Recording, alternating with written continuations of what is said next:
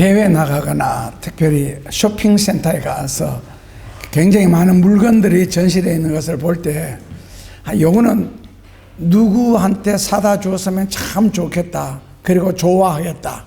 그 어떤 물건은 내가 갖고 싶은 것이고 남에게 주고 싶지 않은 것도 있고, 사람마다 이제 주고 싶은 것이 다 다른데, 만약에 그렇게 해서 정성껏 물건을 포장해서 와서 사가 와서 내가 누구에게 이건 너 선물이라고 주었을 때에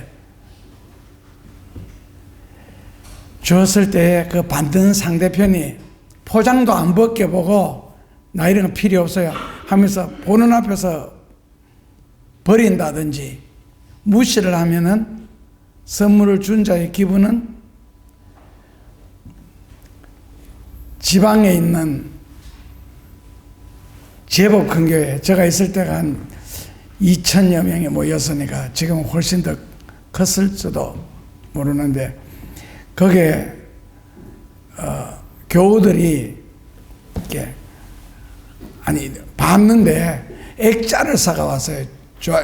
사모님 이거 300만 원짜리 액자입니다. 사모님 드리고 싶어서 사왔습니다. 그러니까 그 사모님이 그림을 딱 보더니 우리 집에 500만 원짜리 있어, 이런 거 필요 없어요, 가져가세요 하면서 저 봐요, 그림 봐요 하면서 문을 쫙 열더라고. 그래서 야, 저분 얼마나 무한하겠나, 그런 생각을 한번 가져본 적이 있습니다.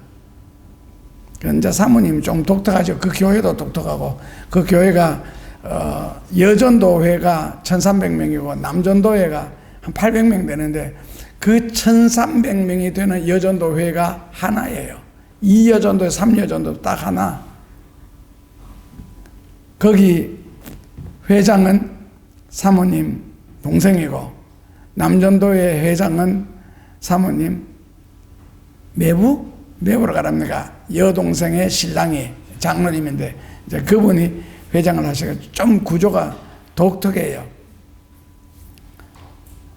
설교도 아주 독특하시고, 한 주간 동안 교우들의 생활을 감찰했다가, 이제 그것이 월화수 감찰하면 수요일 저녁 설교고, 목금토 감찰하면 주일날 오전 오후 설교가 되는데,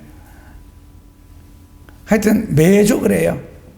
그것도 교회 바로 밑에 야시장이 있어가지고, 그리고 사모님이 오후 시간 되면 그 야시장에 약간 위에 있거든. 이렇게 내려다보고 어떤 교인이 거기 와서 무슨 물건을 사가는지, 무슨 생선을 사가는지 그걸 보고 있다가 집에 가서 목사님한테 이야기를 하면, 목사님이 이제 그게 월화수 같으면 이제 수요일 저녁에 어떤 집사가 시장에 와서 고등어를 사가면서 사택도 안 들고 가는 그런 집사가 있느냐고.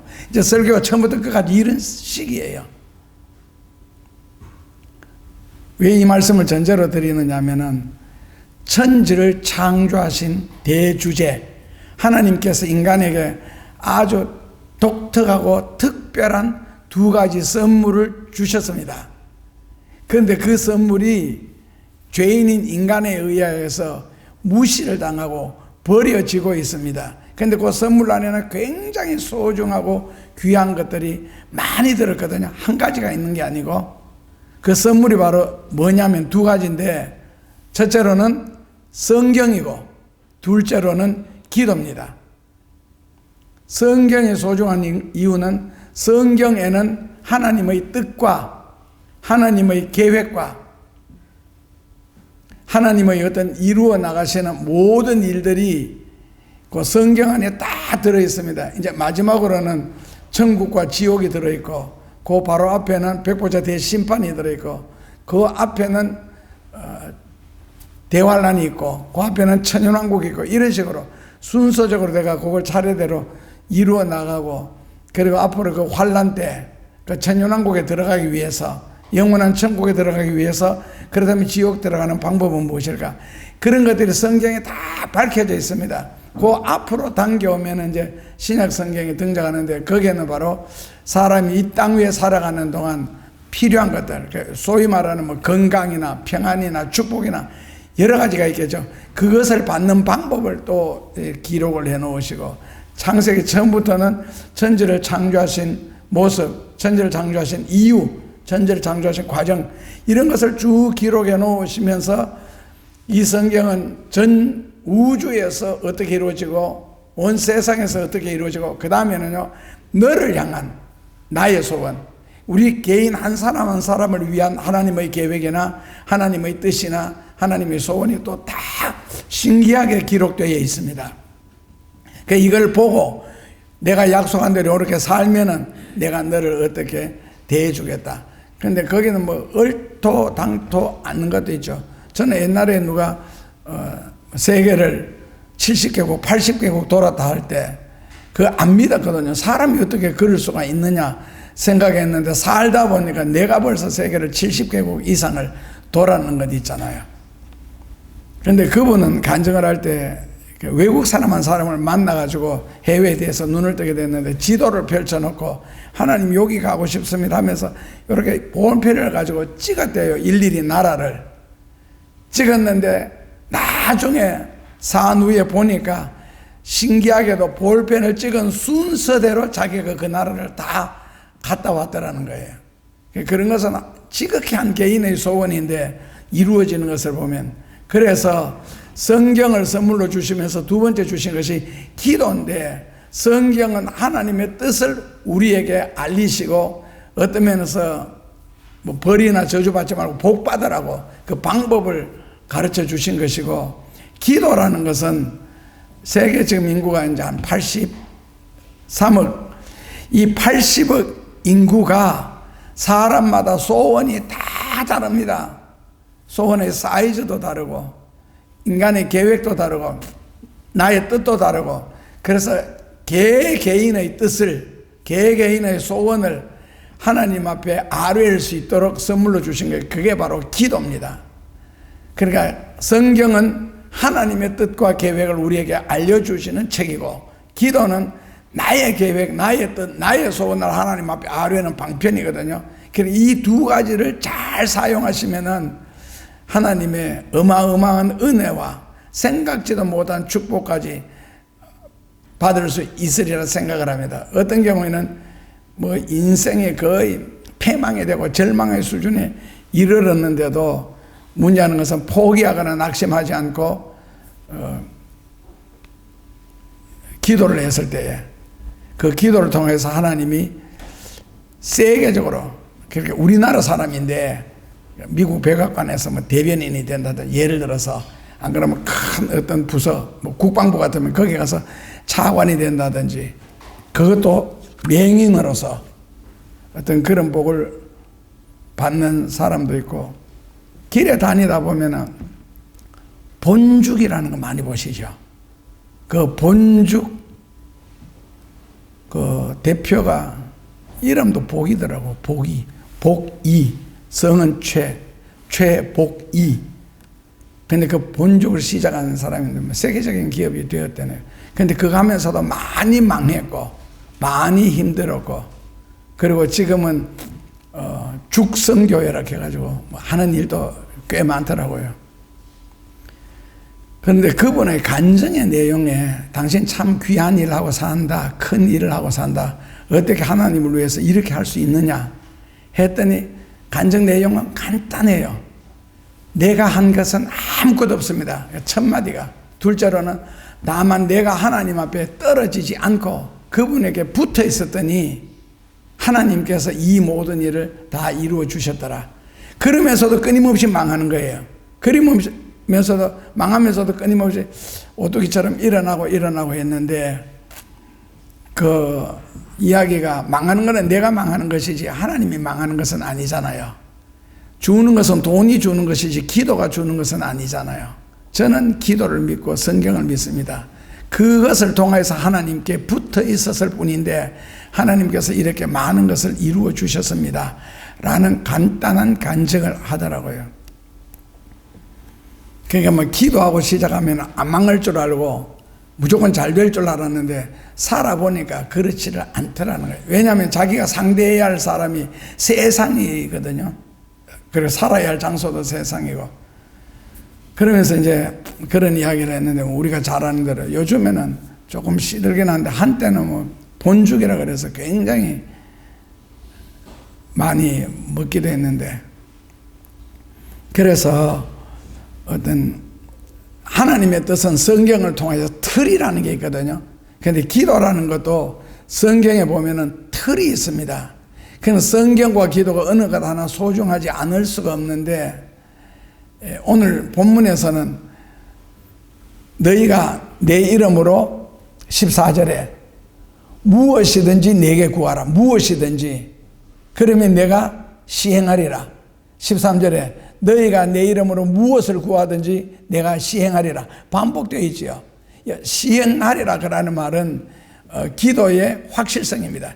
기도 응답에 대한 확실성. 그게 이제 내가 시행하리라.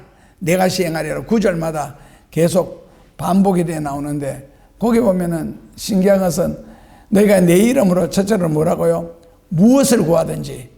이 무엇을 구하든지라는 헬라어 속에는 세 가지 뜻이 들어 있습니다. 첫째로는 anything, 무엇이든지. 둘째로는 얼마든지, whatever you want, 너가 원하는 것은 무엇이든지. 셋째로는 whichever, 무엇이든지. 그러니까 무엇이든지, 얼마든지, 어떤 것이든지 이것을 내 이름으로 너에게 확실하게 응답해 주겠다 하는 것이 오늘 이제 본문의 요지입니다. 그러니까 이 예수님의 이름을,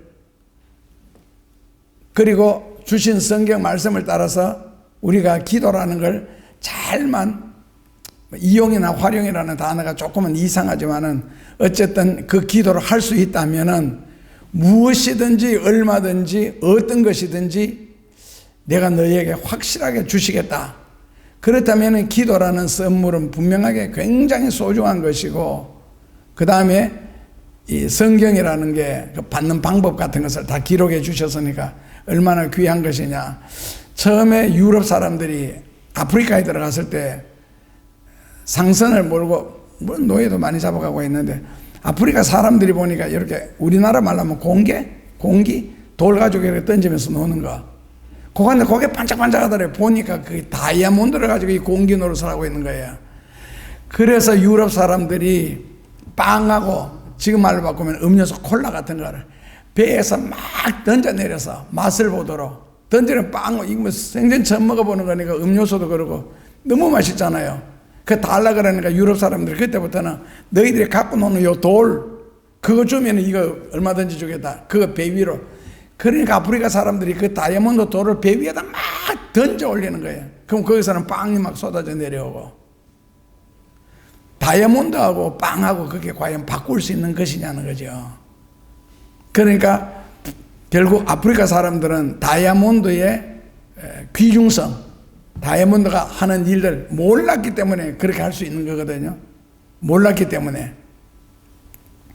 그러니까 결국 기도나 성경의 가치, 어떤 위대함, 그리고 이거 말씀하신 분의 우주를 창조하신 무한한 능력, 그걸 알게 된다면은 성경을 읽지 않고, 그리고 기도를 하지 않고 과연 그분을 믿을 수가 있을까?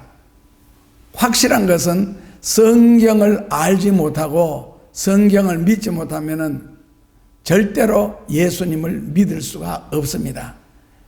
그러니까 예수님을 믿는 것은 성경을 통하여서만 믿을 수 있기 때문에, 성경을 통하여서 믿는 예수님을 성경을 안 읽는다, 성경을 연구 안 한다, 그럼 자동적으로 믿을 수가 없지요. 예수님은 오직 성경을 통하여서만 믿을 수가 있고, 그 성경을 연구하다 보면 요한복음 이제 14장 15장 이런 데 보면은 성령을 받게 되어 있습니다. 내가 시행하리라, 내가 반드시 너희에게 응답하리라. 이 말씀 바로 위에 뭐가 있는지 아세요? 우리가 이제 13절 14절 읽었잖아요. 15절까지. 그런데 12장에 보면, 12절에 보면은 더 신비로운 구절이 있습니다. 12절에 같이 읽으시면, 내가 진실로 진실로 너희에게 이르노니 나를 믿는 자는 나의 하는 일을 저도 할 것이요 또한 이보다도 더 내가 진실로 진실로, 중복되는 것은 확실하게 그런 뜻이고요. 너에게 이르노니 나를 믿는 자는, 예수님을 믿는 자는 나의 하는 일을 저도 할 것이요 또한 이보다도 더 큰 것도 하리라. 그러니까 예수님이 행하신 것보다도 더 큰 것도 할 수가 있다는 거거든요. 그 예수님은 하루에 글쎄 숫자로 성경에 기록된 것이 없어가지고 하루에 30명 전도하신 적도 성경에는 없는데, 베드로는 하루에 3,000명을 전도했거든요. 그런데 베드로가 하루에 3,000명을 자기가 전도한 게 아니고 보니까 성령께서 역사하사 3,000명을 감동을 시켜줬더라고. 그래서 마치 베드로가 한 것처럼, 베드로는 그랬죠. 복음 전했죠. 그냥 예수 믿고 구원받으라 했는데, 그게 성령의 역사니까 3,000명씩 회개할 수 있다. 그러니까 예수님이 내가 한 것보다 너희가 한 일이 더 클 수가 있다. 그러니까 예수님은 병을 고칠 때 일일이 1대1로 대화하면서 인격적으로 그 다음에는 치료해 주시고 병을 낫게 해 주셨는데, 일일이. 그러니까 바울 같은 경우에는요, 예수님보다 더 이제 그림자만 지나가도 예수님은 일일이 만지셨잖아요. 환부에 손도 대시고 때로는 치료법을 공개도 하시고 진흙을 눈에 바르면서 실로암에 가서 씻어라, 예를 들어서. 근데 사도 바울은 어떤 면에서 참 유치하잖아요.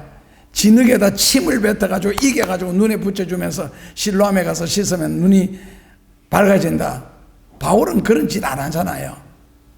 그보다도 훨씬 더 깨끗한 방법으로 사도 바울은 역사했는데, 오늘날 같으면요,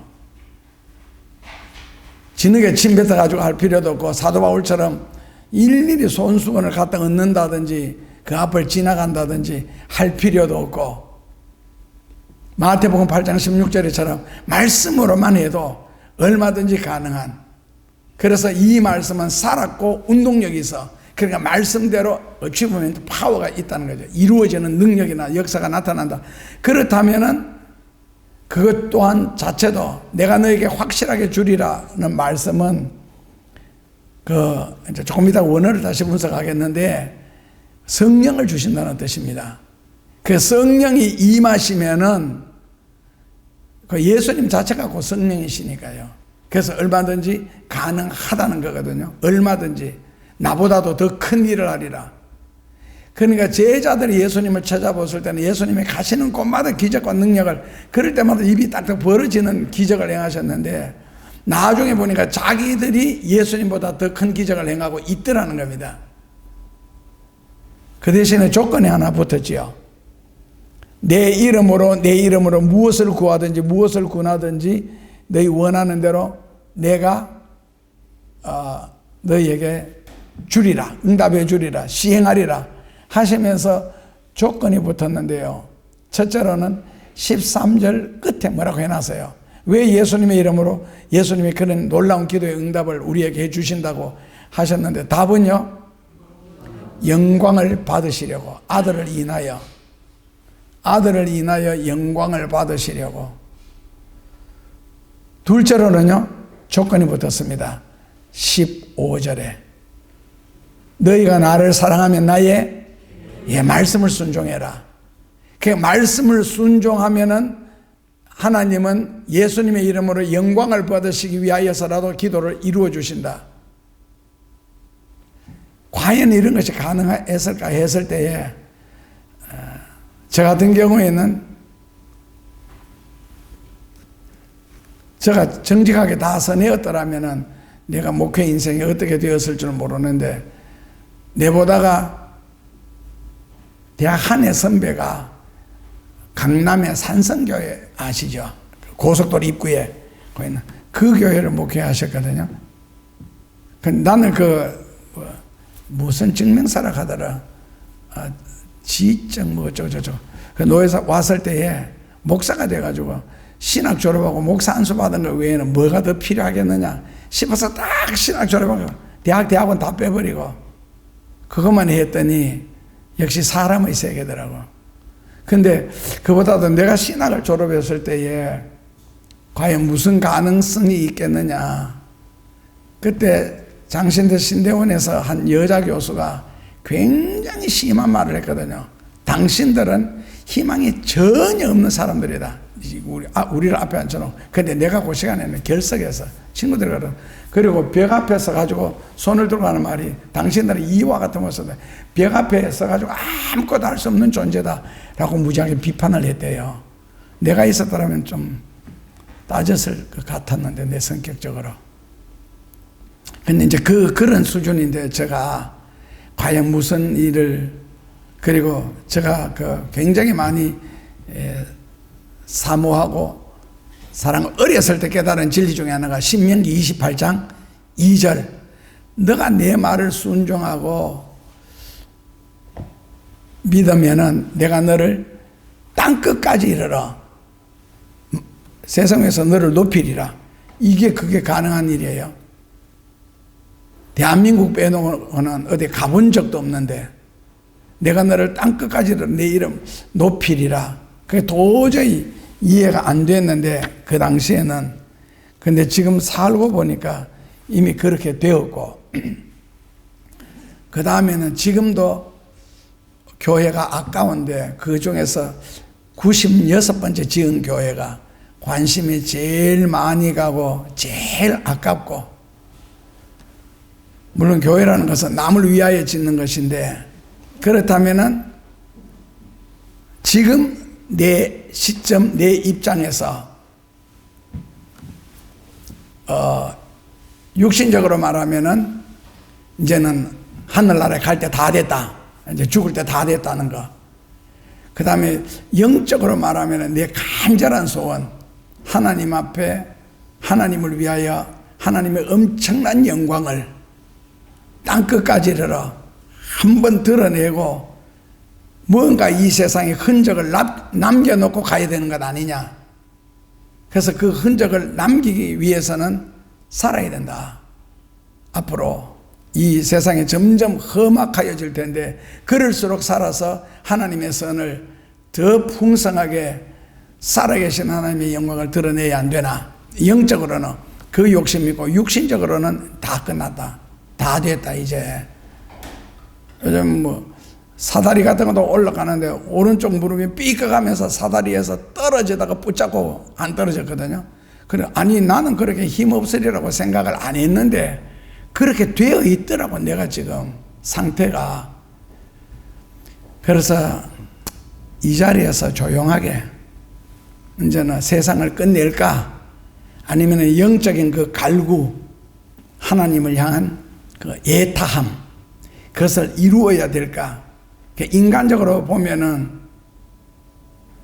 나 같은 인간이 과연 무엇을 할 수 있을까, 그렇게 생각이 되고, 영적으로 생각하면은 이런 꿈을 품고 기도하며 수십 년 동안 성경을 연구하고 노력해온 사람이 세상에 과연 있을까? 제가 생각할 때는 없다라고 생각을 하고, 그렇다면 그렇게 일할 나를 하나님이 요만한데 끝까지 잡아가 놓으실까? 원래 밭에 감추어진 보화는 드러나지는 않습니다. 드러날 때까지는 아무도 모르는 거고. 그래서 이 생각 저 생각을 하면서 너희가 내 이름으로 무엇을 구하든지 내가 시행하리라. 이걸 가지고 원어로 따지고 성경적으로 따지면요, 할 수 있는 게 아무것도 없고 하나님 앞에 받을 수 있는 게 아무것도 없더라고. 하나님은 내 영광을 위하여 너희가 확실하게 주리라 하셨지만은, 그 다음에 여기서 저 식으로 성경을 만약에 따지고 연구한다면 뭐 했는데 하나님 앞에? 네 과거를 한번 돌아보라. 깨끗하냐?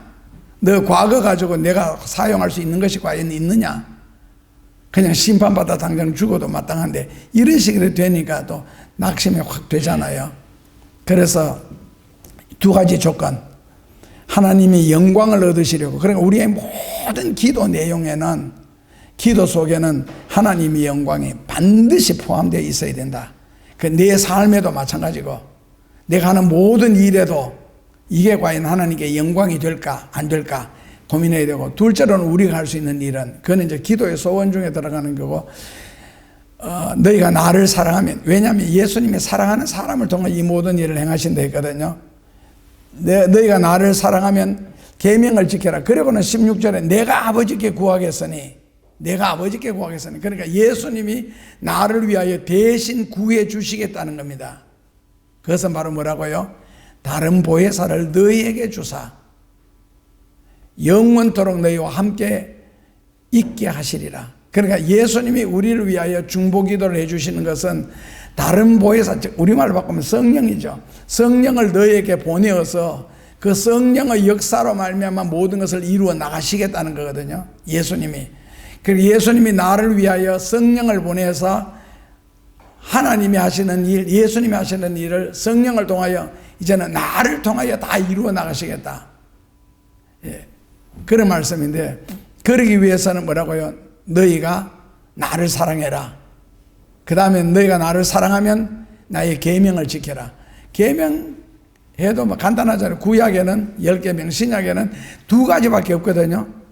구약에는 10계명 중에 8가지는 하지 말라고, 4계명, 5계명 2가지는 하라는 건데, 4계명은 주의를 성수하라는 거고, 5계명은 사람을 하라는 건데, 부모님을, 사람을 사랑하라는 건데, 그 계명을 지키라는 거예요. 복잡지도 않는데, 그러면은 내가 하나님 아버지께 구해서 너희에게 성령을 주사 이 모든 일을 하게 해주시겠다. 어떤 면에서는 진리라는 게 참 단순하잖아요. 간단하고, 그리고 얼마든지 할 수 있고, 마음의 작정만 하면 얼마든지 순종할 수 있는 내용들이거든요. 그런데 여기서 이제 좀 더 우리가 빈틈을 하나님 앞에 안 보이기 위해서, 완벽하게 하기 위해서 하나님이, 그러니까 예수님이 내가 소원하는 것을 예수님이 하나님 앞에 중보기도까지 해가면서 이루어 주시겠다고 하는데, 과연 그럴 수 있는 첫째로 자격이 있을까? 나 같은 죄인, 하잘것없는 인간이 아무것도 아닌 나에게, 나를 위하여서 과연 무엇이든지 원하는 대로 언제든지 얼마든지 구하라. 그래야면 내가 확실하게 너에게 주리라. 이렇게 말씀을 하셨는데, 과연 가능할까? 이제 우리 편에서 이렇게 질문하는 게 바로, 이게 바로 뭡니까? 의심이죠. 원래 이 질문을 안 해야 되거든요. 그런데 왜 이 질문을 하느냐? 이 질문을 했을 때에 내가 예수님께 확실하게 대답할 것이 있으면은 예수님이 기쁨으로 축복을 해 주실 겁니다. 얼마든지, 언제든지, 무엇이든지. 그런데 거기에 대해서 우리가 좀 이따가나 이제 뒤로 밀리게 되면은 이제 확신이, 자신이 없어지게 되는 거죠. 그리고 조금 더 진보적으로 해서, 그렇다면 예수님이 왜 나의 소원을 들어주셔야 될까? 여기에도 합당한 대답이 있는 게 안 좋겠나? 과연 내가 이런 하나님의 축복이나 은혜나 응답을 받을 수가 있을까? 첫째로는. 둘째로는 하나님이 그렇다면 그렇게 이루어 주시는 이유는 무엇일까? 이루어 주신다면 이루어 주시는 이유는 무엇일까? 이루어 주시는 이유가 무엇일까? 우리는 이제 말로 하나님 영광이라는 말을 많이 사용하잖아요. 근데 설교 듣다 보면, 그 성경을 연구하다 보면은 인간이 그 두입 말하는 게 있잖아요. 거짓말하고, 그리고 마음속에 깊이도 무게도 없이 그냥 일상적으로 하나님 영광을 위하여 하거든. 그런데 그런 값없는 영광, 말뿐인 영광을 누가 받느냐는 거예요. 성경에는 그런 영광 안 받는다 했습니다. 말뿐인 영광, 그리고 무게도 없는 영광. 이 진리라는 것 자체가 무게라는 뜻이잖아요. 무게라는 말은, 예를 들어서 내가 너 도와줄게 했으면 도와줄 때 말에 무게가 생기는데, 말로만 공포탄 쏘는 거죠. 뭐 총소리는 빵빵 났는데 그 총소리도 한 명도 안 죽거든. 왜? 공포탄이니까. 그래서 말로 하는 영광은 하나님이 안 받으신대요. 왜? 가치가 없기 때문에, 무게가 없기 때문에. 그래서 이제 다시 오늘은 원하는 대로 구하라, 기도에 관한 내용이니까 다시 기도로 들어간다면은, 기도 생활하면서, 평생 신앙 생활하면서 기도에서 이루어진 것이 많으냐, 이루어지지 않은 것이 많으냐 할 때에 우리의 대답은 이루어지지 않는 것이 훨씬 안 많나. 그리고 평생 안 이루어지는 기도를 평생 드리고 있지는 않나. 근데 이럴 경우에는 평생 안 이루어질 기도를 평생 기도를 하고 있는데, 이럴 경우에는 나는 기도했다는 거죠, 하나님 앞에. 근데 하나님은 안 들었다는 거죠.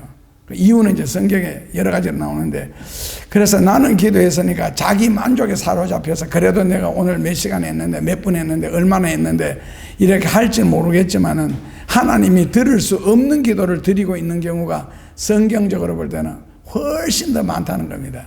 그래서 성경에 기도의 응답을 받은 사람들이 그렇게 많지는 않습니다. 그런데 시간이 지나고 나면은 안 이루어질 것 같은 것도 다 이루어졌고, 뭐 이런 것까지 하나님이 다 이루어 주셨느냐 할 정도로 또한 이루어 주셨습니다. 철없을 때 기도는 철없는 식으로 하나님이 응답하셨고, 무식하게 드리는 기도는 하나님이 무식하게 또한 이루어 주셨고, 내가 기도한 대로 되지 않는 경우들도 많이 있을 건데 왜 그러셨을까? 철없는 기도, 방법도 모르는 기도를 드렸는데 그것까지 이루어 주시는 하나님이 왜 지금 내가 꼭 필요로 하는 것은 안 이루어 주실까 하는 것 있잖아요. 그런데 철이 있든 철이 없든 성경을 알든 모르든 내가 드리는 기도가 하나님의 어떤 섭리, 하나님의 어떤 큰 뜻, 그 진리의 안에서 드려지는 기도는 다 이루어지고요. 그래서 옛날 목사님들은 그렇게 말씀하셨죠. 기도는 100% 응답이 있다고. 기도는 100% 응답이 있는 것이 성경적으로 맞습니다. 그것도 생각하는 것이 넘치도록. 그런데 간구라는 것은요, 글쎄 100번 기도 드렸을 때 하나 이루어지기도 쉽지 않다는 거죠. 왜냐하면 기도라는 단어 뜻이 하나님의 뜻이 하늘에서 이루어진 것 같이 나를 통하여 이루어지는 이 율법적인 문장은 누구든지 다 외웁니다. 그런데 간구라는 것은 나의 뜻을 하나님 앞에 관철시켜가지고 하나님이 강제로 이루도록 하는 거거든요. 그 나의 뜻이 과연 성경적이냐, 진리에 합당하냐, 이렇게 이제 따져보는 겁니다. 그래서 나의 뜻을, 이 죄인의 뜻을 하나님 앞에 통과시켜서 이룬다는 게 이게 쉬운 일이 아니거든요. 우리는 하나님 앞에 욥기식으로 해석을 하면요, 바퀴벌레보다도 훨씬 못한 존재입니다. 그래도 바퀴벌레는 자기가 하는 일이 있거든요. 자기 목적이고, 그리고 개미 새끼 한 마리보다도 우리가 하는 일이. 그래서 기도 내용 속에 내가 많이 포함되어 있는 기도는 이루어지기가 굉장히 힘이 듭니다. 왜냐하면 내 기도잖아요. 그런데 하나님은 하나님의 기도를 하시는 것을 원하시거든요. 그래서 평생 기도해도 이루어지지 않는다는 거죠. 그래서 성경을 공부하면서 이런 식으로 기도하면 절대로 안 이루어진다, 이런 식으로 기도하면 이루어진다는 그 길을 가르쳐 주는 게 바로 성경입니다. 당구 공이 가는 길을 모르고 당구를 치면은 하루 종일 쳐도 뱅크샷 하나도 안 나옵니다. 그러니까 2점도 1점도 못 딴다는 거죠. 하루 종일 당구 쳤는데도 당구 1점을 못 따는 게, 왜? 당구 공이 가는 길을 모르면요. 그 길을 알면은요, 몇 분 안에도 게임을 끝낼 수가 있습니다. 그 길을 안다는 게 그렇게 중요한 거거든요. 그래서 기도도 마찬가지라는 거죠. 그래서 성경을 통해서 하나님이 받으시는 기도, 하나님이 거절하시는 기도, 하나님이 받으시는 예물, 하나님이 거절하시는 예물, 하나님이 받으시는 예배, 하나님이 거부하시는 예배가 각각 다 있습니다. 그런 걸 배워야 이제 신앙 생활을 바르게 할 수가 있습니다. 그러니까 성경을 너무 모르는 기도가, 저거는 또 외웠잖아요. 구하라 그리하면 주실 것이요. 그럼 자동적으로 따라 나오는 게 찾으라 그러면 찾으라, 그 다음에 문을 두드리라, 여기까지는 외우는데 그 다음에 구하라, 찾아라, 문을 두드리라 그러면 열리고 주시고 찾게 되는데, 실제로 구하고 자꾸 문을 두드리는 방법이 어디 있어요? 그 뒤에 나오죠. 너희 중에 누가 아들이 떡을 달라면 돌을 주며 생선을 달라면 뱀을 줄 자가 있겠느냐. 너희가 악할지라도 자식에게 좋은 것을 줄 줄 알거든 하물며 하늘에 계신 너희 하나님 아버지께서 구하는 자에게, 사랑하는 자에게 주시지 않겠느냐. 여기까지는 굉장히 희망이 되는데, 그럼 구하고 찾고 문을 두드리는 방법이 어디나 7장 12절에 나오거든. 지금 제가 7장 7절부터 7장 11절까지 말씀드렸습니다. 마태복음 그 기도하는 데 방법이거든. 근데 그 결론을 뭐를 내려놨어요? 12절에 너희가 받고자 하는 자는 먼저 대접하라. 그 대접을 받고자 하는 자는 먼저 대접을 하라. 그 옛날에는 이것이 목사님들이 뭐 그런 식으로 설명했습니다. 짜장면 한 그릇 얻어 먹고 싶으면은 짜장면하고 대비되는 게 뭐더라? 짬뽕 한 그릇 사주라는 거예요. 그러니까 짬뽕 한 그릇을 사줘야 짜장면을 얻어 먹을 수 있는 것이지, 짬뽕도 안 사주고 자기만 짜장면만 얻어 먹으려고 하면 누가 좋아하겠느냐는 거예요. 그게 기도에 대한 결론이에요. 문을 두드리라, 구하라, 찾아라, 문을 두드리라. 그러면 열리고 주신다. 거기에 대한 결론을 대접을 받고자 하는 대로 대접하라. 이것이 온 율법이요 선지자의 강령이다. 그 전 성경이 기도에 대한 내통하는 결론이 바로 받고자 하는 대로 먼저 대접해라. 그렇다면 기도의 결론이 그게 짜장면이 짬뽕 이야기가 아니잖아요 지금. 그렇다면 우리말로 바꾸면은요, 너희가 먼저 받고자 하는 대로, 받고자 하는 대로에 받는 게 뭡니까? 예를 들어서 너희가 받고자 하는 대로 뭐를 받고자 했는데, 받고자 하는 대로 그게 무슨 뜻이에요? 마태복음 7장 12절에 기도의 응답이죠. 그래서 구하고 자꾸 두드리는 결론이잖아요. 그래서 내가 뭔가 기도의 응답을 받고 싶은데, 그렇다면 기도의 응답을 받고자 하는 대로 뭐 해라? 먼저 대접하라는 거예요. 그럼 우리말로 바꾸면은요, 응답 받을 짓을 먼저 하라는 겁니다. 응답 받을 짓을. 그러니까 응답 받을 짓은 안 하면서 응답을 해라 하나님이, 이거는 아니잖아요. 그러니까 구하라 찾아라 문을 두드리라 딱 요 구절만 알고 때를 쓰거나 끊임없이 울거나 밀어붙이면 주신다. 이건 진짜 구태의연한 기도입니다. 과연 기도가 맞느냐는 거죠. 물론 옳은 기도는 아니고요. 그러니까 그 한 구절 가지고 응답을 다 받기에는 아니라는 거지. 그러니까 바로 뒤에 기도에 응답 받는 방법, 응답을 받고자 하는 대로 응답 받을 짓을 먼저 해라. 이걸 빼버리고 응답 받을 짓은 안 하고 부르짖으면 준다, 밀어붙이면 주신다. 이거는 성경적이지 않거든요. 그래서 우리가 아무리 밀어붙이고 구하여도 받지 못하는 기도가 많잖아요. 야고보서 4장 2절에 보면은 구하여도 받지 못하는 것은 자기를 위하여 잘못 구하는 것이다. 그러니까 예를 들어서 사업을 하는 경우에는 잠언 10장 4절에, 이 뭐 사업뿐만 아니고 다 세상을 살아가는 방법인데, 손이 부지런한 자를 보느냐 그는 복을 취하리라. 자, 우리말로 바꾸면 어떻게 살아라? 열심히 살아라는 뜻이죠. 부지런한 손을 보느냐 하나님의 복을 받는다, 누린다. 부지런한, 잠언 10장 4절입니다.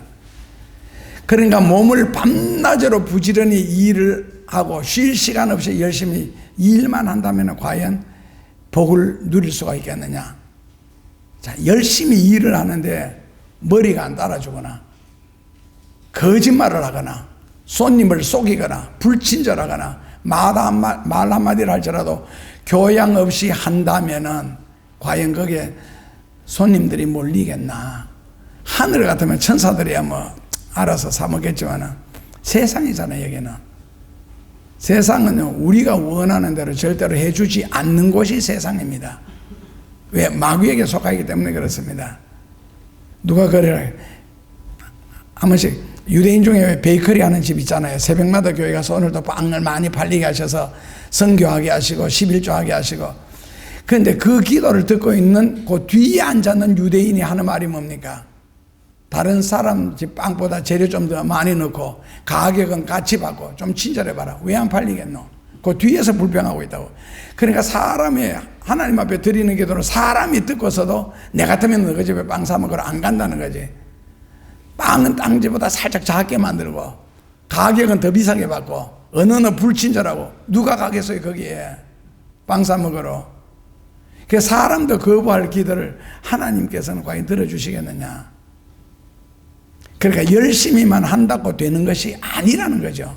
쉽게 말해서 모든 일에는 틀이라는 것이 있고 규격이라는 것이 있고 갖추어야 할 부분이 있는데 말 한마디라도 교양 있게 함부로 단어를 사용하지 말고 그래야 안 되느냐. 그러니까 기도든 순종이든 모든 것은 평소에 성경의 배움을 따라 사셔야 되는데 성경을 무시하고 내가 기도해서 응답받았다. 성경을 무시한 응답은 그 마귀 역사지요. 마귀가 주시는 것이지 하나님의 역사는 그런 게 없거든요. 그러니까 하나님은 절대적으로 성경대로 하신다는 거죠. 그래서 성경을 알아야 된다. 그래서 성경에 맞지 않으면은 안 이루어진다. 이루어져도 한순간이다. 그래서 이 모든 것을 성경에 정리해놨는데 잠언 8장 21절에 보면은 하나님을 사랑하는 자가 재물을 얻는다. 그렇게 해놨습니다. 그렇다면 하나님을 사랑하는 것이 뭐겠느냐? 하나님을 사랑하는 자가 재물을 얻는다. 성경에는 분명하게 잠언 8장에 열어놨는데 그렇다면 하나님을 사랑하는 자는 재물을 얻는다. 그럼 하나님을 사랑하는 것이 무엇일까? 찾아가면 답이 나오겠죠. 요한복음 14장 15절에 있네요. 너희가 나를 사랑하면 계명을 지켜라. 즉 말씀을 순종하라는 거거든요. 그렇다면 말씀을 순종하지 않고서는 나를 사랑한다라고 말을 할 수가 없다. 그래서 말씀을 순종해야 된다. 왜? 잠언 28장 9절에 보면은 계명을 지키지 않는 자에 드리는 기도는 가증하다, 역겹다는 거죠. 그래서 말씀을 지켜라 할 때 굉장히 막연한 이야기 같은데 평소에 우리가 성경을 배우고 이미 알고 있는 거 그리고 그 순간에 영감으로 딱 깨달아지는 거 그대로 살면 됩니다. 그러니까 억지로 인간 의지로 말씀을 무시하는 일에 극복을 하지 말라는 거죠. 평소에는 성전에 대해서 하나님에 대해서 열정도 없으면서 나의 소원은 하나님 이루어 주셔야 된다 하는 이거는 이제 억지라는 거죠. 억지. 하나님 이번에 내가 뭐 학교에서 기말고사 친다, 중간고사 시험을 치는데 시험 공부를 어쩌다 보니까 열심히 못했다. 그러나 하나님의 능력으로, 하나님의 축복으로, 하나님의 영광을 위하여 나의 성적을 좋게 나오게 하여 주옵소서. 말되지요. 하나님의 능력으로, 하나님의 영광을 위하여, 하나님의 축복으로 성적을 좋게 나오게 하여 주옵소서. 한다면 열심히 공부해도 성적이 잘 안 나오는데 그 기도 한마디가 과연 성적이 좋게 나오게 할 수가 있을까? 그것도 결정적인 시험도 아닌데 기말고사 뭐 중간고사는 뭐 끊임없이 치는 거잖아. 학교 다니는 동안에는. 그러니까 내가 기도했다고 해서 되는 것이 아니고 또 그런 기도할 때는 목에 힘이 들어가잖아요. 주의 영광을 위하여 하나님의 축복으로 오직 하나님의 능력으로. 이거 조금 극에 달한 사람들이 이런 기도하는 걸 굉장히 많이 봤거든요. 그러니까 주로 아픈 사람들 되게 아픈데 이제 거의 뭐 사람이 포기한 그 의학적으로는 포기되어진 그런 병들인데 그런 병들 걸린 사람들을 만나게 되면은 이런 말 많이 합니다. 자기는 믿는다는 거죠. 하나님의 능력으로 확실하게 나를 고쳐주실 줄 믿습니다. 그런데 지금 죽어가고 있어요. 하나님의 능력으로. 왜냐하면 내가 살아나면 내 주변에 있는 사람들이 교회 다닐 사람들 굉장히 많대. 예수 믿은 사람들. 그래서 복음을 위하여 선교를 위하여서라도 하나님은 반드시 나를 고쳐주셔야 됩니다 하는 사람치고 사는 사람을 못 봤습니다. 한두 달 후에 보면 다 부고장 날아옵니다. 죽었다고. 왜 그랬을까? 하나님의 능력으로 하나님의 영광을 위하여 복음 전함을 위하여서 나를 고쳐주셔야 되는데 왜 하나님은 포기하셨을까? 그러니까 내가 기도 드린다고 다 되는 것이 아니라는 거죠. 그러니까 부자가 죽어가지고 지옥 갔을 때 이 세상에 나의 형제 6이 싸우니 그러니까 이 나사로를 살려가지고 형제들에게 전도해라. 죽은 사람이 살아나서 전도하면은 사람들이 믿을 거다. 그러니까 천사가 뭐라고요? 거부했잖아요. 이미 세상에는 그 복음을 전하는 자들이 많다. 그러니까 그 세상 사람들이 전하는 복음을 듣고는 내 형제들이 안 믿는다는 거죠.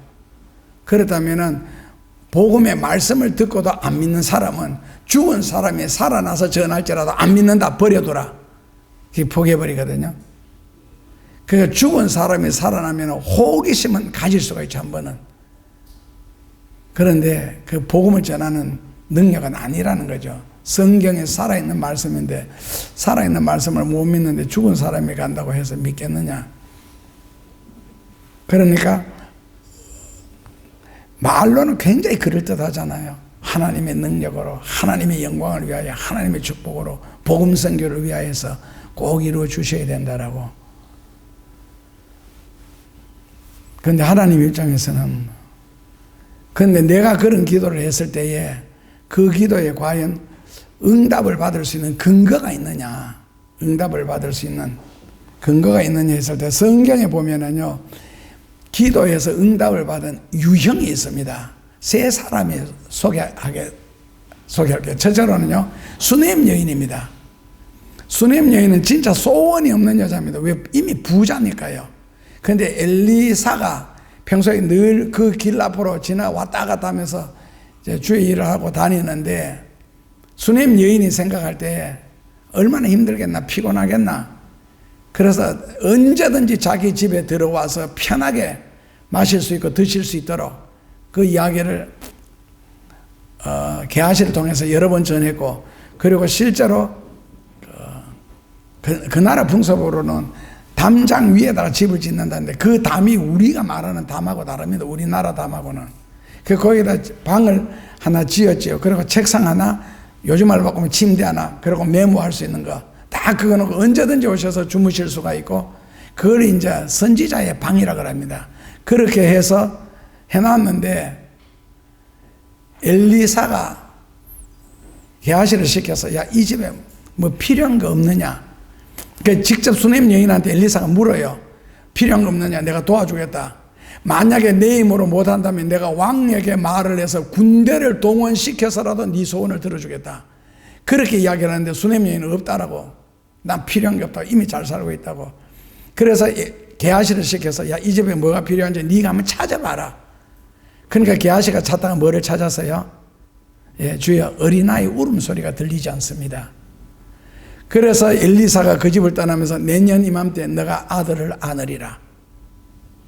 그러니까 아무 소원이 없다, 지금 만족하다, 행복하다 하는데도 뭐라고 소원을 찾아가면서 이루어준 경우가 바로 수넴 여인인 경우. 우리들도 그럴 수가 있습니다. 둘째로는 한나입니다. 구약 성경에서 저주는 두 가지가 있죠. 결혼해서 자식을 낳지 못하는, 그러니까 자식을 못 낳는 없는 사람이 저주받은 사람이고, 둘째로는요, 한센병, 우리말 바꾸면 문둥병이 저주받은 병입니다. 그러니까 이 한나는 나가면 뭐 뒤에서 쑥덕쑥덕 하나님의 저주받은 여인이라고, 자식이 없다고. 그래서 그렇게 간절하게 부르짖잖아요. 그리고 만약에 주신다면은 내가 하나님 앞에 약속은 반드시 지키겠습니다. 그래서 아들이든 딸이든 하나만 달라고. 그런데 진짜 딸 같은 아들을 주셨죠. 1950년대 안 태어났지. 60년대 초반에는 버스를 타거나 트럭 같은 데 제일 앞에 보면은 이렇게 기도하는 아가씨가 하나 있어요. 나 그 여자인 줄 알았거든요. 그게 사무엘이더라고. 남자더라고. 요 기도하는 게 아가씨가 아니고 그렇게 예뻐요. 그런데 몇 남매를 주셨어요? 6남매를 주셨죠. 6남매를. 하나만 주시면 하나님 앞에 바치겠다 했는데, 물론 그 사무엘을 낳아서 바로 바치고, 그 다음에 하나님은 4남 2녀를 주셨습니다. 그러니까 남말 그대로 뭐 생각하는 것이 넘치도록 소원을 이루어 주신 경우, 그러니까 간절한 기도, 약속을 지키는 기도가 7배로 풍성하게 이루어 주셨고, 마지막으로는, 셋째로는 이사야서 58장 7절에서 9절입니다. 이건 여러분들이 찾으셔서 한번 읽으시면 좋겠습니다. 이사야서 58장, 누구에게 하나님이 기도를 응답해 주시는지. 자, 이사야서 58장, 원래는 3절에서 11절까지를 읽어야 되는데 여기서는 8절 9절만 읽습니다. 그리하면 너 빛이 아침같이 비칠 것이며 너 치료가 급속할 것이며 너 의가 너 앞에서 행하고 여호와의 영광이 너 뒤에서 호위하리라. 자, 그리하면 어떻게 하면은 빛이 아침같이 비치고 치료는 급속하다. 치료가 급속하다는 말이 무슨 뜻이죠? 뭐가 치료받아야 할 일인데 그게 급속하다. 그러니까 치료가 급속하다는 말이 기도에 대해서 이야기하니까 기도에 받을 응답이죠. 급소가 다 빠르게 임한다. 그래서 기도의 응답은 빠르게 임할 것이고, 빛은 아침같이, 이거 서광이 비치는 겁니까? 동광이 비치는 겁니까? 그리고 그 다음에 결정타는요, 너 의가 너 앞에 행하고, 그러니까 대접을 받고자 하는 대로 먼저 남을 대접하라. 먼저 남을 대접하는, 그게 여기는 의라고 해놨네요. 의가 내 앞에 가면은 하나님 영광은 뒤에 따라가겠다. 그러니까 내가 얼마나 진실하게 성경적으로 순종하고 사느냐에 따라서 하나님 그 모습을 보시고 하나님 영광은 뒤에 오야 돼. 그러니까 예를 들어서 우리나라 같으면은 중고등학교 때만 열심히 공부를 잘 해놓으면은 그 다음 평생을 그거 가지고 먹고 살잖아요. 내 친구가 한 말이 늘 그거예요. 운이 좋아가지고 서울대 공대 재래공학을 나왔는데 평생을 그걸 가지고 울고 먹으면서 살면서 70평생 이상을 살아왔다. 그거 하나 때문에 얼마나 자기가 많이 복을 받았는지 편하게 살았는지 그 이야기를 한 번씩 하거든요. 그 중고등학교 6년 때 그렇게 공부를 한번 해놓은 것이 그 국민학교 6학년 때만 할지라도요, 내 친구 이름 되면 학교에서도 존재가 없었어요. 바보 등신 같았으니까. 늘 성적을 헤아리면 저 끝에서부터 헤아리는 거 보면 빠르니까요. 뭐 10등 이내 20등 하나 30등 하나 이런 건 없었거든. 항상 우리는 그때 한 반에 72명 65명 이럴 때 뒤에서 보면 거기 있다고 그 친구가. 그런데 국민학교 6학년 겨울 방학 때 정신 차려서 그때부터 공부하기 시작했는데 서울 공대를 덜커덕. 그리고 공부하면서도 자기는 하루에 8시간 이상 안 자면은 그 이튿날 해롱해롱해가지고 행동을 못 한대요. 힘이 빠져가지고. 그런데도 하나님의 은혜가 컸지요. 하나님의 은혜가. 저하고 우리 집이 되게 어려울 때 그 집에서 그 춘부장님이 방을 하나 줘가지고 우리 엄마 보고 여기 와서 살아라. 걔가 저하고 동생하고 엄마하고 그 집에 가서 방 세를 산 적이 있거든요. 그 친구예요. 그러니까 중고등학교 6년 동안 열심히 공부한 것이 평생을 좌우했다고. 그러니까 너희가 너 앞서 행하면, 그럼 예를 들어서 그렇게 열심히 공부한 모습이 있으면은 그 다음에는 영광은 뒤에 따라온다. 운전면허 딸 때 처음에 되게 힘들었잖아요. 오르막도 못 올라가고 시동 꺼뜨리고 그리고 출발도 못 해가지고. 나래 같은 경우는 운전면허 따자마자 차를 사가지고 그것도 운전면허 시험장에서 운전을 배운 게 아니고 운전학원에서 배운 게 아니고 교회에 오는 분들 차를 빌려가지고 학교 운동장에서 이렇게 운전을 해가지고 그래서 차를 덜컥 사가지고 친구들 몇 명 태가 인천에 놀러 갔다가 오는데 비가 왔는데 비 오면 차 안이 안개 끼가지고 뭐 유리가 안 보이잖아요. 그러면 끊임없이 길가에 세워가지고 그걸 또 다 닦고 자기도 닦으면서 옆에 친구 보고 닦으라 하면서 그 비 오면 와이프를 가지고 닦아야 되는데 이 와이프가 뭔지 알아요. 와이프를 올리지. 그래가 뭐 고생되게 그러다 뭐 다른 기사들한테 욕 억수로 얻어먹으니 직구석에서 밥이 나지. 그렇게 해서 운전을. 그래서 나래가 운전이 과격한 걸 내가 이해를 해서 나래 운전 거의 총알택시 수준 이상입니다. 그리고 저하고 가면은 분명히 내 뒤에 출발했는데 집에 오면 벌써 차가 주차해 있어. 언제 지나가서 여기서 거리도 얼마 안 되는데 만약에 서울 대전만 됐으면 아마 저는 부산 도착했을 거예요. 그 사이에.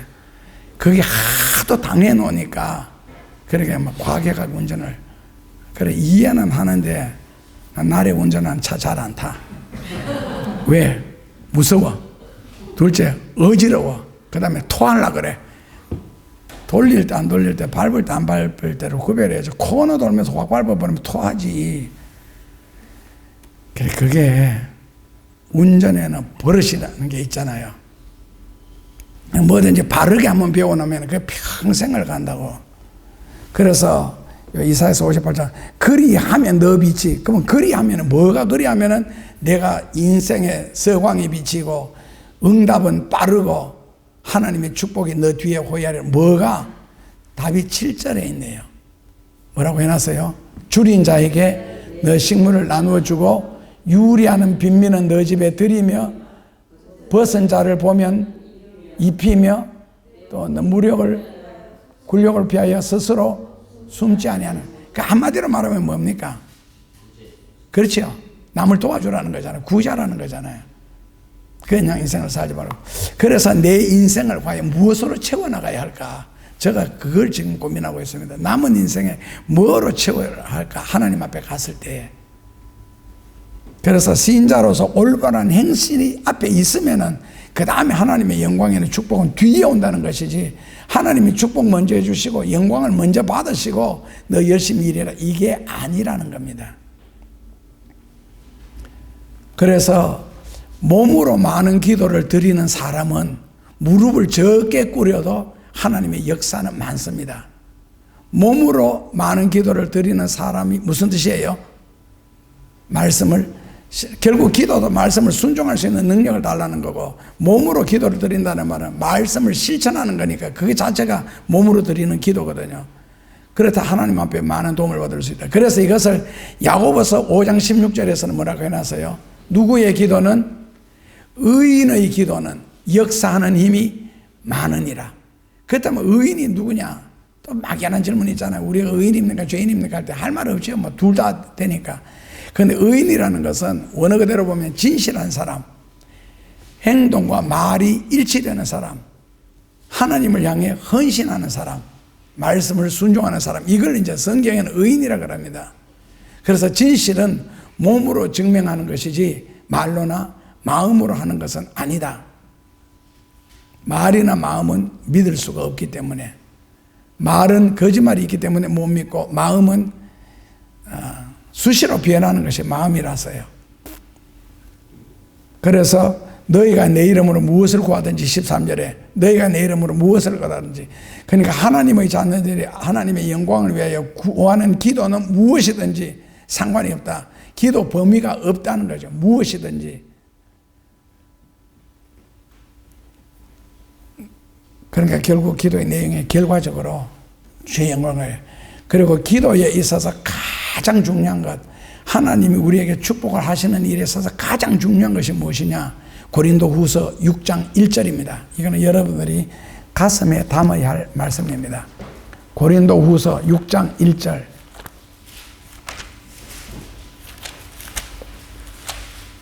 같이 보시면은요, 우리가 하나님과 함께 일하는 자로서, 동역자지, 너희를 권하노니 하나님의 은혜를 헛되이 받지 마라.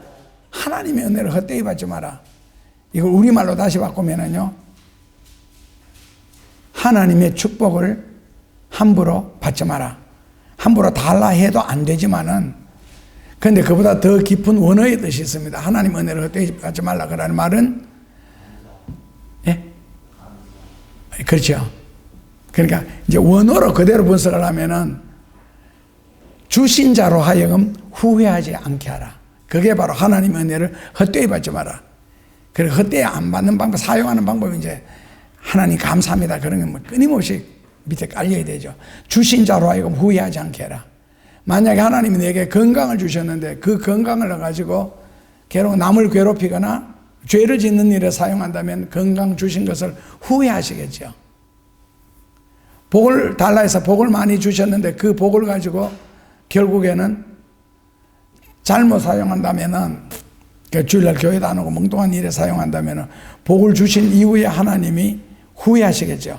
그러니까 이거 제일 중요한 겁니다. 복을 받은 후에 하나님으로 하여금 후회하지 않게 해라. 야, 내가 너에게 축복을 했는데 하나님이 참 기쁘다.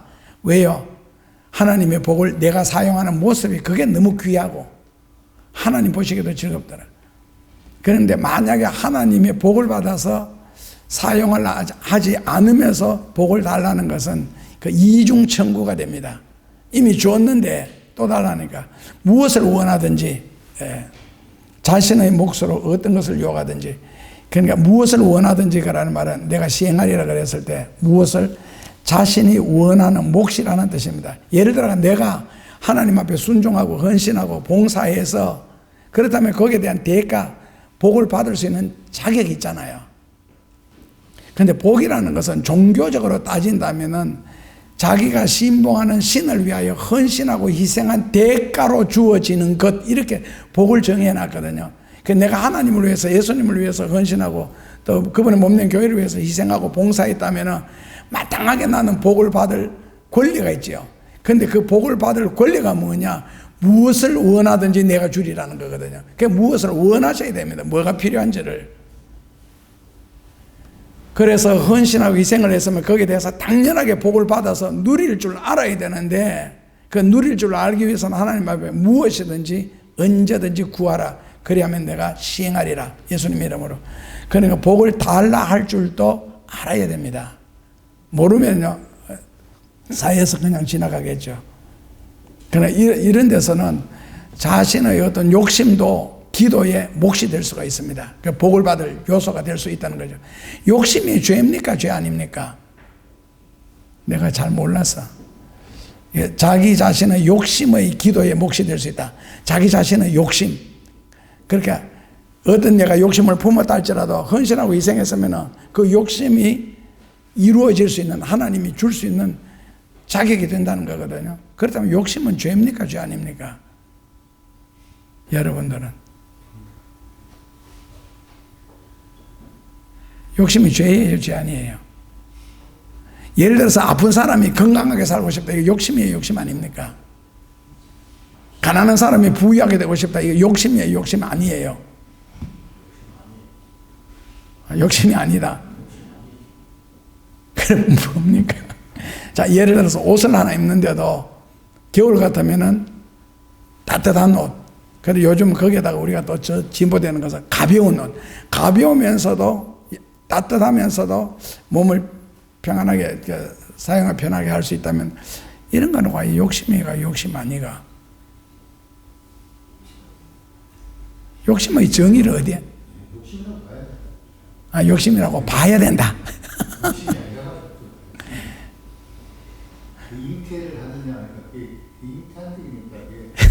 그래서 제가 헷갈려서 묻는 거예요. 야고보서 1장 12절이잖아요. 욕심이 잉태하면 죄를 짓고 죄를 계속 키우면은 결국에는 죽게 된다는 거거든요. 그렇다면은 그 한계가 어디까지예요? 욕심하고 욕심 아닌 거라고.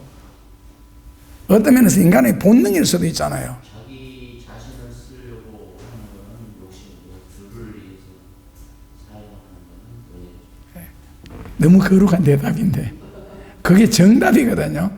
나를 위해서 사느냐 주를 위해서 사느냐. 그 옷을 입어도 우리 교회 올 때도 예배에 걸맞는 옷을 입어야 되거든요. 똥두둥이 같은 옷 입고 오지 말고, 그리고 부엌에서 입던 월남치마 같은 거, 교회 예배에 합당한 옷.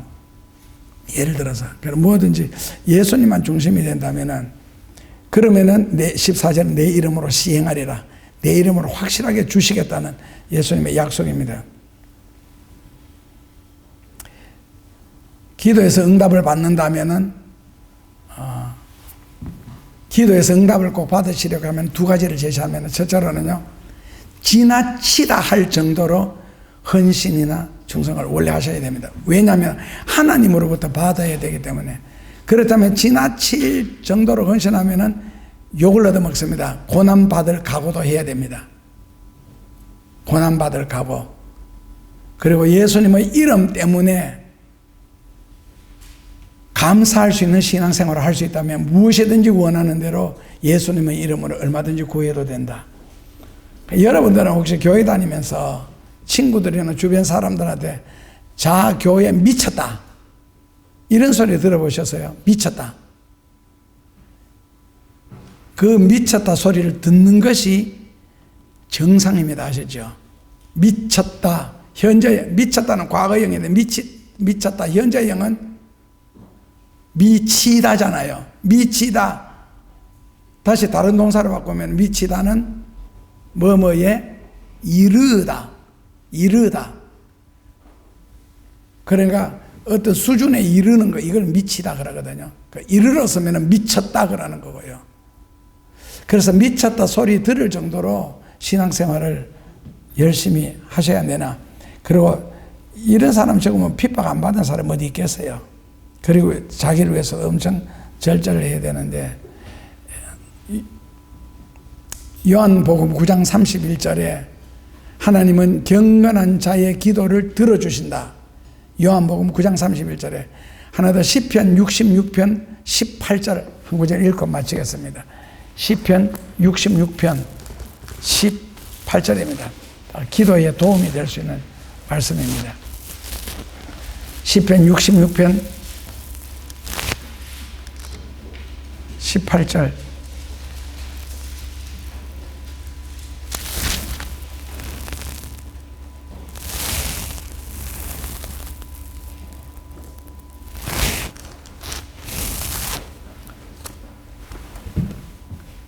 아닌데 집에서는 맞았는데 왜 여기서는 아니야? 무슨 말씀을 드리려고 하느냐면은 사람이 그 마음속에 죄를 품기만 할지라도, 지었다는 말이 아니에요.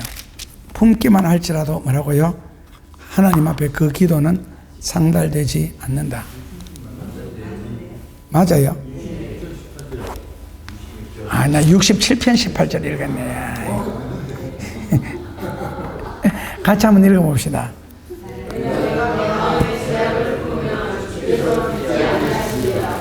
마음속에 죄악을 품으면은 주께서, 그러니까 결국 예수님 때문에, 우리 죄 때문에 예수님이 죽었고 우리 죄 때문에 예수님이 이 고난을 당하셨거든요. 그 고난을 생각하면서 죄는 안 지을수록 좋고 적게 지을수록 좋고, 원래 이게 인생을 깨끗하게 바르게, 하나님이 그런 자를 통하여 결국 역사하신다는 뜻인데,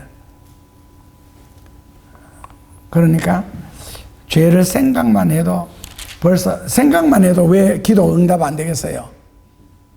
이게 답이 에레미야가 3장 44절 43절에 나오는데, 죄가 마음속에 딱 품고 있으면 기도가 마음에서부터 나와야 되는데, 그 마음에서 나오는 기도가 하늘에 올라가기 위해서는 길이 깨끗하고 잘 정리됐으면 좋은데, 죄를 품고 있으면 그 죄에 기도가 부딪혀 가지고 하늘에 못 올라간다는 뜻입니다.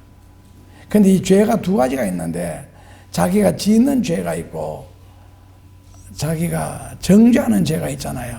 그러니까 자기가 너무 깨끗할 경우 나는 바른데, 이런 식으로 그 죄가 원래는 벽이 더 두꺼운데, 그래서 주신 자로 하여금 후회하지 않게 해라. 그리고 반드시 주의 영광을 생각하고, 그리고 아까 요한복음 14장 15절에서는 주의 영광을 생각하고 16절에서는 나를 사랑하면 내 말을 지켜라. 말씀을 순종해라. 복잡하지 않습니다. 이렇게 하면은 내 생활이 나도 알지 못하는 사이에 다른 위치에 가 있고 다른 것을 누리고 있다는 걸 체험하게 될 겁니다. 그러므로 기도의 응답을 체험하기 위해서는 뭐 해라? 하나님의 영광을 끊임없이 생각해라. 그러면 이제 여기는 감사가, 그리고 주의 말씀을 내가 할 수 있는 한 순종하겠다는 노력, 그거 하신다면 아마 여러분들에게 하나님은 좋으신 하나님이 될 겁니다. 예수님 감사합니다. 원하는 대로 구하라. 그리하면 내가 이루리라.